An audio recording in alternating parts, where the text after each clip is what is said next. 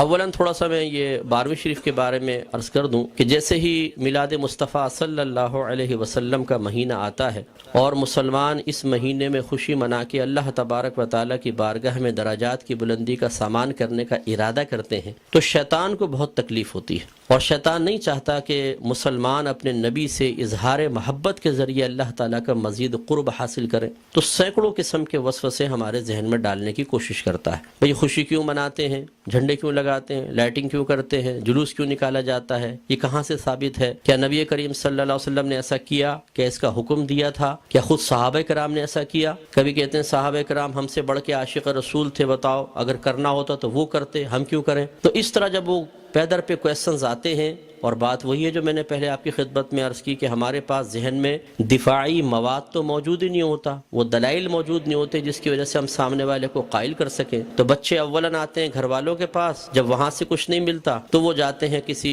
مسجد وغیرہ میں، بعض اوقات وہاں پہ بھی لفٹ نہیں کرائی جاتی۔ تو پھر آج کل علم حاصل کرنے کا سب سے پاورفل ذریعہ ہے سوشل میڈیا، پھر جا کے بیٹھ جاتے ہیں سوشل میڈیا پہ، اور وہاں پہ ہر طرح کا جاہل ترین آدمی بیٹھا ہوا ہے جس کو دین کی الف بے بھی نہیں آتی، اور معذرت کے ساتھ میں لفظ کہوں گا اس کو استنجا کرنا آتا نہیں ہے، اور وہ وہاں بیٹھا ہوا قرآن حدیث کے دلائل دے رہا ہے، اور پھر وہ الٹے سیدھے دلائل پڑھنے کے بعد تو اور انسان کا ذہن گڑبڑ ہو جاتا ہے۔ تو کچھ باتیں بس میں اس کے بارے میں عرض کر کے پھر اپنے بیان کی طرف آؤں گا۔ دیکھیں، میلاد مصطفیٰ صلی اللہ علیہ وسلم کی لغوی بحث کو چھوڑ کر ہم اس لفظ کو بولتے ہیں چند افعال و اعمال کے مجموعے پر کہ یہ میلاد مصطفیٰ منا رہے ہیں۔ مثلا اس میں کھانا کھلانا، سرکار کے فضائل بیان کرنا، نعت خوانی کی محافل ہیں، جھنڈے لگانا، لائٹنگ کرنا، جلوس نکالنا، ان تمام چیزوں کے مجموعے کا نام رکھ دیا جاتا ہے میلاد مصطفیٰ، کہ یہ میلاد مصطفیٰ منا رہے ہیں۔ اور اگر دیکھا جائے تو اصل میں سرکار کی ولادت پاک کی خوشی ہم منا رہے ہوتے ہیں، اس کے لیے طریقہ اختیار کرتے ہیں، تو ان تمام کو کہہ دیتے ہیں جی میلاد کی محفل ہو رہی ہے، میلاد مصطفیٰ منا رہے ہیں۔ تو پہلی بات تو یہ کہ خوشی منانا اور خوشی کا اظہار کرنا، یہ دونوں چیزیں قرآن کے حکم سے ثابت ہیں۔ اللہ تعالیٰ فرماتا ہے قُلْ بِفَضْلِ اللَّهِ وَبِرَحْمَتِهِ فَبِذَلِكَ فَلْيَفْرَحُوا، اے حبیب کریم صلی اللہ علیہ وسلم آپ ان لوگوں سے فرما دیجئے کہ اللہ کے فضل اور اس کی رحمت پر چاہیے کہ خوشی کا اظہار کریں۔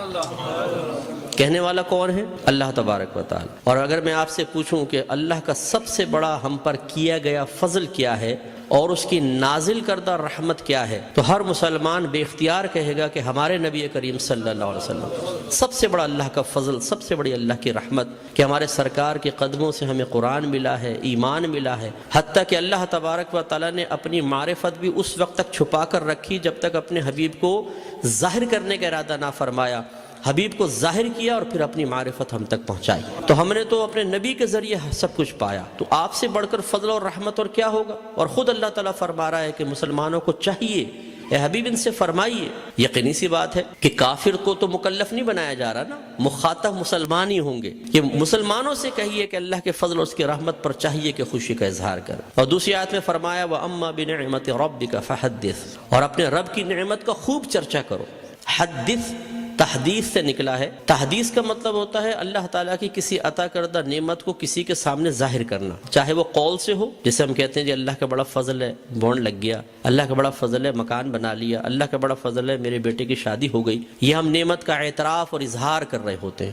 اور اسی طریقے سے مختلف اعمال و افعال سے بھی بعض اوقات تحدیث نعمت ہوتی ہے۔ ایک دفعہ ایک صحابی نبی کریم صلی اللہ علیہ وسلم کی خدمت میں آئے، جو پھٹے پرانے سے تھوڑے کپڑے پہنے ہوئے تھے، مفلوق الحال سے تھے، تو سرکار نے فرمایا کہ کیا تمہارے پاس کوئی مال نہیں ہے؟ عرض کیا رسول اللہ صلی اللہ علیہ وسلم الحمدللہ ہر طرح کا مال ہے، مویشی ہیں، دراہم ہیں، دنانیر ہیں، باغات ہیں۔ تو سرکار نے شاید فرمایا پھر اللہ کی نعمت کا اثر آپ پر ظاہر ہونا چاہیے، اپنے آپ کو ایسا نہ رکھو بلکہ ایسے لباس پہنو، ایسی عادات و اطوار رکھو، ایسا طور طریقہ رکھو کہ لوگ جان جائیں کہ اللہ تعالیٰ نے آپ کو نعمتوں سے نوازا ہے۔ تو بتائیے کہ جب میلاد مصطفیٰ صلی اللہ علیہ وسلم آئے تو کیا ہمیں اپنے نبی کی اس طرح خوشی کا اظہار نہیں کرنا چاہیے تاکہ یہ ظاہر ہو کہ اللہ تعالیٰ نے ہمیں اپنے نبی کی سب سے بڑی نعمت سے نوازا ہے؟ جب عام دولت کے لیے سرکار نے فرمایا تمہیں اللہ نے دولت دی ہے، اس کا اثر تم پہ ظاہر ہونا چاہیے، اس نعمت کا اثر ظاہر ہونا چاہیے، تو بتائیے کہ جب میرے سرکار تشریف لائے اس نعمت کا اظہار کیوں نہیں چاہیے؟ تو یہ دونوں چیزیں قرآن سے ثابت ہیں، تو خوشی منانا اور نعمت کا اظہار کرنا، جب اللہ تعالیٰ نے اس کا حکم دے دیا، اجازت دے دی،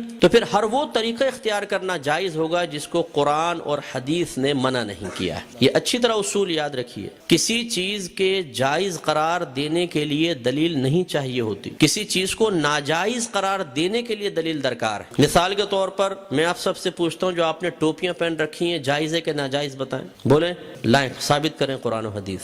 حضرت ثابت کریں کہ ایسی ہری پٹی نیچے اور اوپر سفید ہو، قرآن حدیث سے ثابت کریں۔ کر سکتے ہیں آپ؟ تو آپ کہیں گے بھی قرآن و حدیث سے اگر میں ثابت نہیں کر سکتا تم یہ بتاؤ کہ یہ جائز ہے ناجائز؟ اگر کہتے ہو ناجائز تم ثابت کر دو، میں نہیں پہنوں گا۔ اس طرح آپ نے چشمے پہنے ہوئے ہیں، آپ اس وقت رات کے تقریباً 9:30 بجے یہاں بیٹھ کر بیان سن رہے ہیں، لائٹنگ ہوئی ہے، یہ پکی چھت کے نیچے آپ بیٹھے ہوئے ہیں، میں مائک پہ بیان کر رہا ہوں، آپ اس کو سن رہے ہیں اسپیکر کے ذریعے، تو کیا یہ سب قرآن و حدیث سے ثابت ہے؟ یقینی سی بات ہے کہ نہیں۔ لیکن کیا یہ منع ہے؟ جب منع نہیں ہے تو پھر جائز ہے۔ یہ پہلا اصول یاد رکھیے گا۔ تو اگر کوئی آپ سے کہتا ہے کہ میلاد مصطفیٰ جائز ہے، آپ کہیں بالکل جائز ہے، وہ کہے قرآن و حدیث سے ثابت کرو، آپ کہیں کہ چلو میں بعد میں بولتا ہوں، پہلے تم یہ بتاؤ کہ ناجائز ہے کہ یس، تو تم ثابت کرو۔ کوئی ایک آیت لا کر ایسی بتائیں، کوئی حدیث جس میں اللہ یا رسول نے فرمایا ہو کہ میلاد مصطفیٰ نہ مناؤ، اور جب اللہ تعالیٰ اس کے رسول منع نہ کر رہے ہوں تو پھر آپ اور میں کون ہوتے ہیں منع کرنے والے؟ بعض کہتے ہیں کہ جی سرکار نے ایسا نہیں کیا، صحابہ کرام نے نہیں کیا، نہ اس کا حکم دیا۔ یاد رکھیں یہ بھی کوئی قاعدہ ضابطہ نہیں ہے کہ اللہ کے نبی حکم دیں تو ہم کریں، حکم نہ ہو تو نہیں کر سکتے۔ صحابہ کرام کریں تو ہم کر سکتے ہیں، صحابہ کرام حکم دیں تو ہم کر سکتے ہیں، ورنہ نہیں کر سکتے۔ یہ کوئی ضابطہ قاعدہ نہیں ہے۔ اصل چیز وہی ہے جو میں نے آپ کو بتائی کہ اگر اللہ تعالیٰ اس کے رسول نے منع کیا ہے تو منع ہوگا، اور اگر منع نہیں کیا تو بالکل جائز ہوگا۔ اب میں اس کی آپ کو تھوڑی سی مثالیں بتاتا ہوں۔ دیکھیں آپ کی مسجدوں پہ گنبد اور مینار بنتے نہیں بنتے؟ آپ پوچھیں، کویسچن کریں، ہر مکتب فکر کی عبادت گاہ کے اوپر گنبد اور مینار ہے، کیا اللہ کے نبی نے اس کا حکم دیا تھا؟ صحابہ کرام نے حکم دیا؟ یا اللہ کے نبی نے بنائے یا صحابہ نے بنائے؟ نہیں، یہ بہت بعد کی ایجادات اور ہر مسجد کے اوپر ہیں۔ یہ کیسے بدعت اور ناجائز کیوں نہیں ہو جاتے؟ قرآن پاک پہ زبر زیر پیش سرکار کے دور میں نہیں تھا، نہ صحابہ کے دور میں، بہت بعد میں لگے ہیں۔ 6 کلمے سرکار کے دور میں باقاعدہ اس طرح مرتب شدہ نہیں تھے، یہ بعد میں ہے۔ ایمان مفصل، ایمان مجمل پہلے نہیں تھی، یہ بعد میں ہے۔ اور اگر سرکار کے ہی دور کو لے لیں، سرکار نے قرآن کو مجتمع نہیں کیا تھا، صدیق اکبر کے دور میں ہوا ہے۔ سرکار کے دور میں، صدیق اکبر کے دور میں تراویح 20 رکعت ایک امام کے پیچھے نہیں ہوتی تھی، عمر فاروق رضی اللہ تعالیٰ عنہ نے کی ہے۔ اور ان پہلے 3 ادوار میں جمعے کی صرف ایک اذان ہوتی تھی جو اذان ثانی کہلاتی ہے۔ پہلی اذان حضرت عثمان غنی رضی اللہ تعالیٰ عنہ نے ایجاد فرمائی ہے۔ یہ ایک بازار تھا، وہاں پر ایک مقام زورہ تھا۔ جب مدینے میں وسعت پیدا ہوئی، اذان ہوتی تھی، دور تک آواز نہ پہنچ پاتی تھی، لوگوں تک اعلان نہ پہنچ پاتا تو آنے میں دیر ہو جاتی تھی، تو پھر آپ نے فرمایا کہ ہم ایک اذان اور شروع کریں گے جو اصل اذان سے، جو دوسری اذان ہے اس سے آدھے پونے گھنٹے پہلے بازار کے پاس ہوگی، تاکہ لوگ ہوشیار ہو جائیں اور جمعے کی تیاری کر سکیں۔ ہر مکتبہ فکر جو جمعہ پڑھتا ہے وہ پہلی اور دوسری دونوں اذانیں دیتا ہے۔ وہاں یہ کویسچن کیوں نہیں پیدا ہوتا کہ جب اللہ کے نبی نے نہیں کیا تو پھر حضرت عثمان غنی نے کیسے کر لیا؟ اس کا مطلب ہے جب ضرورت پیش آتی ہے تو یہ اللہ کے نبی کی تعلیم ہے، خود صحابہ کرام نے ہمیں تعلیم دی ہے کہ آپ کسی بھی ایسی چیز کو شروع کر سکتے ہیں کہ جس کو اللہ تعالیٰ اس کے رسول نے منع نہیں کیا ہے۔ اسی طرح مدارس کا قیام آپ دیکھ لیں، ان میں سلیبس ہم نے رکھا ہوا ہے۔ اور اسی طرح میں آخری بات بس یہ مثال دیتا ہوں، ہر مسجد میں جماعت کے کچھ اوقات مقرر ہوتے ہیں، فجر اتنے بجے، ظہر اتنے بجے، عصر، مغرب، عشاء۔ کیا نبی کریم صلی اللہ علیہ وسلم نے حکم دیا تھا کہ اس وقت جماعت کرو؟ صحابہ کرام نے نہیں، ہم نے اپنی سہولت کے اعتبار سے کیا ہے۔ اور یہ ایک اعتراض کا بہت بڑا جواب بھی بن سکتا ہے۔ لوگ کہتے ہیں کہ آپ یہ 12ویں کا ہی انتخاب کیوں کرتے ہیں؟ یہ بتائیں۔ اپنے پاس سے دن خاص کر لینا صحیح نہیں ہے، اپنے پاس سے دن خاص کر لینا صحیح نہیں ہے۔ تو یہاں میں آپ کو سمجھا دوں کہ کسی ایک چیز کو دوسری چیز کے ساتھ خاص کرنا 2 طرح کا ہوتا ہے۔ اللہ تعالیٰ اس کے رسول نے خاص کیا تو اسے کہتے ہیں تخصیص شرعی،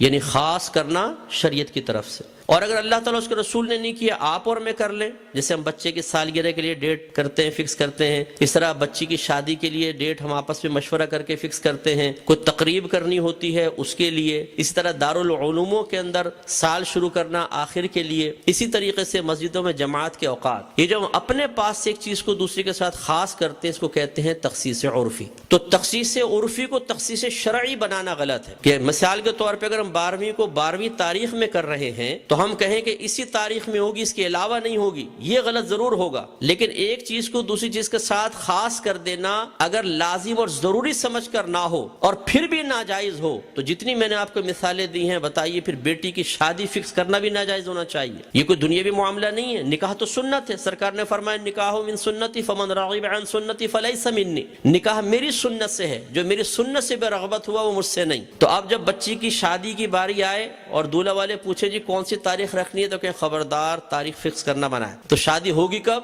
بس ہو جائے گی، بغیر فکس کیے، کر کے بتائیں پھر ذرا۔ تو یہ مطلب ایک بے وقوفی کی سی بات ہے۔ تو اس لیے جماعت کے اوقات مخصوص کر دینا اور اس سے 1 منٹ بھی آگے پیچھے نہ ہونا۔ امام صاحب اگر 4 منٹ بھی لیٹ ہو جاتے ہیں تو لوگ یوں ٹائم دیکھتے ہیں، بھئی امام کہاں گیا، اور پھر جو شور مچتا ہے پوری مسجد کے اندر، کچھ امتحان ہے۔ خود جماعت میں لیٹ پہنچے کوئی بات نہیں، امام صاحب 1 منٹ بھی لیٹ نہیں ہونے چاہیے، بالکل وقت کے اوپر جمعہ شروع ہونا چاہیے، وقت پہ جماعت۔ تو جو ہم نے اپنے پاس سے خاص کیا اس میں کتنی سختی کر رہے ہیں، ہر مکتبہ فکر کرتا ہے۔ تو خلاصہ کلام یہ ہے کہ اللہ کے نبی کی جب یہ میلاد کا موسم آتا ہے، اس قسم کے بہت سارے وساوس ہماری طرف متوجہ ہوتے ہیں۔ اصول بس یہی ہے کہ اللہ کے رسول نے اگر حکم نہیں بھی دیا، کر کے نہیں بھی دکھایا، لیکن منع بھی نہیں کیا، تو ہمارے لیے بالکل اس کے کرنے کی شرعی طور پر اجازت ہے۔ اگر حکم کا انتظار کریں تو پھر ہر چیز کے اندر غلام کو حکم کا انتظار کرنا چاہیے، اور جب آپ حکم ڈھونڈنے کی کوشش کریں گے تو کاروبار زندگی رک جائیں گے۔ ہزارہ چیزیں ایسی ہیں جن میں سرکار کے احکام موجود نہیں ہیں۔ تو بس اصول شرعی ہوتا ہے کہ جہاں سرکار کا حکم موجود نہ ہو، خاموشی اختیار فرمائی ہو، منع نہ کیا ہو، یہ اس کے جائز ہونے کی دلیل ہوتا ہے۔ تو میلاد مصطفیٰ منائیے، الحمدللہ جنہوں نے یہ کیا ہے انہوں نے فیض پایا ہے۔ ابو لہب جیسا شخص آپ جانتے ہیں کافر تھا، سرکار کا چچا تھا، کافر شخص تھا اور بدترین کافر، دشمن اسلام، لیکن جب اس کی لونڈی ثویبہ نے آ کے خوشخبری دی کہ مبارک ابو لہب تیرے ہاں بھتیجا پیدا ہوا ہے، اس نے ہمارے نبی کی خوشی میں آزاد نہیں کیا تھا، اپنے بھتیجے کی خوشی میں کیا تھا، لیکن وہ بھتیجا تھا تو اللہ کا نبی۔ تو اللہ تبارک و تعالی نے اس کو اس برکت سے نوازا کہ جب اس کا انتقال ہوا اور یہ جہنم میں گیا ہے، اس کے خاندان والوں میں سے کسی نے اس کو خواب میں دیکھا تو پوچھا کہ ما فعل اللہ بکا، اللہ تبارک و تعالی نے تیرے ساتھ کیا معاملہ کیا؟ تو اس نے جواب دیا کہ بہت سخت عذاب میں ہوں، لیکن جب